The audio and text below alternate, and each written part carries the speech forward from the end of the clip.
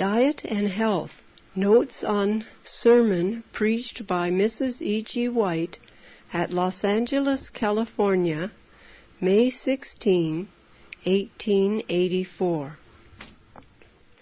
We are required, whether we eat or drink, to do all to the glory of God. One of the signs that we are in the last days is that this is not done, as it was in the days of Lot. Luke 17:28.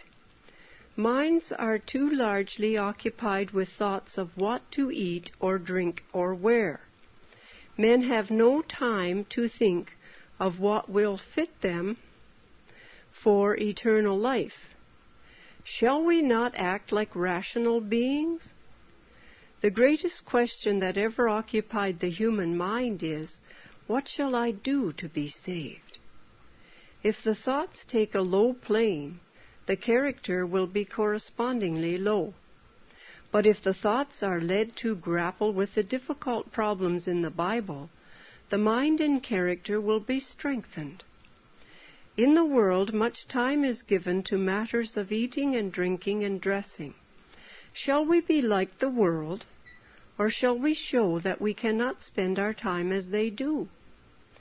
Be careful not to go to extremes.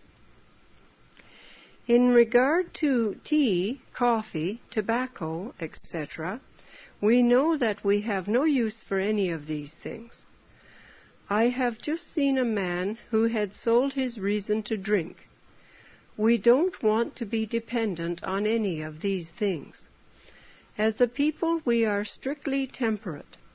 We believe that using tobacco goes side by side with liquor drinking.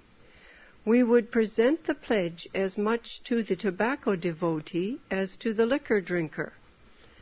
We should pay attention to diet. 3 meals a day are as many as anyone requires, and in many cases 2 are better than 3. But while you take the 3 meals, do not encourage your children to eat at all times. Bring your fruit upon the table. As for preserves, they are not best for us. Some simple pies that are not injurious may be used. As to discarding salt absolutely, I do not think we should. Some conscientious souls have dropped everything at once, and have not used anything to supply the place of the meat, etc., which they have dropped.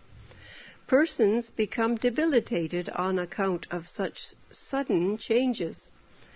Could we have the assurance that meat is healthful, there would not be so much objection to its use. But very much of it is diseased.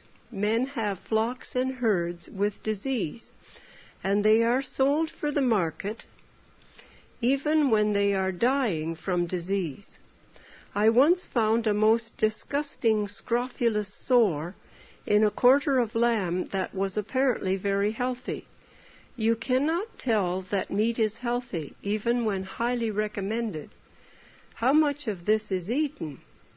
Animals are maltreated on the way to the slaughterhouse. There was one case of an animal that refused to go to the butcher. Its eyes were put out. It was pounded almost to a jelly, and finally dragged to slaughter and sold in the market. As for pork, I never have anything to do with it, because God tells me not to touch it, and He knows best. It is a scavenger. Its only use is to gather up filth. God does not want us to become scavengers to the scavengers. Our safest position is to do as the Lord tells us. We want to eat that which will give us the best quality of blood. Hadn't we better be studying the Bible than spending our time fixing up so many varieties of food? Have a few kinds at a time and change often. Don't have the very same things right along all the time. Not many varieties at one meal, but varieties at different meals. This is the best plan. Food must be palatable in order to be nourishing. The secretary who was taking notes on Ellen White's sermon reports that Sister White related experiences in experimenting on doing without salt or any seasoning whatever, also in doing without meat, and in coming down to 2 meals a day. The secretary recorded no details concerning these experiences. We don't make the health reform an iron bedstead, cutting people off or stretching them out to fit it. One person cannot be a standard for everybody else. What we want is a little sprinkling of good common sense. Don't be extremists. If you err, it would be better to err on the side of the people than on the side where you cannot reach them. Do not be peculiar for the sake of being peculiar. Away with cake! Persons may kill themselves with sweets. More harm is done to children by sweets than by anything else. The best food that I have obtained is the rolls. Dry food is better than so much wet food. Eat what the system requires to produce good blood.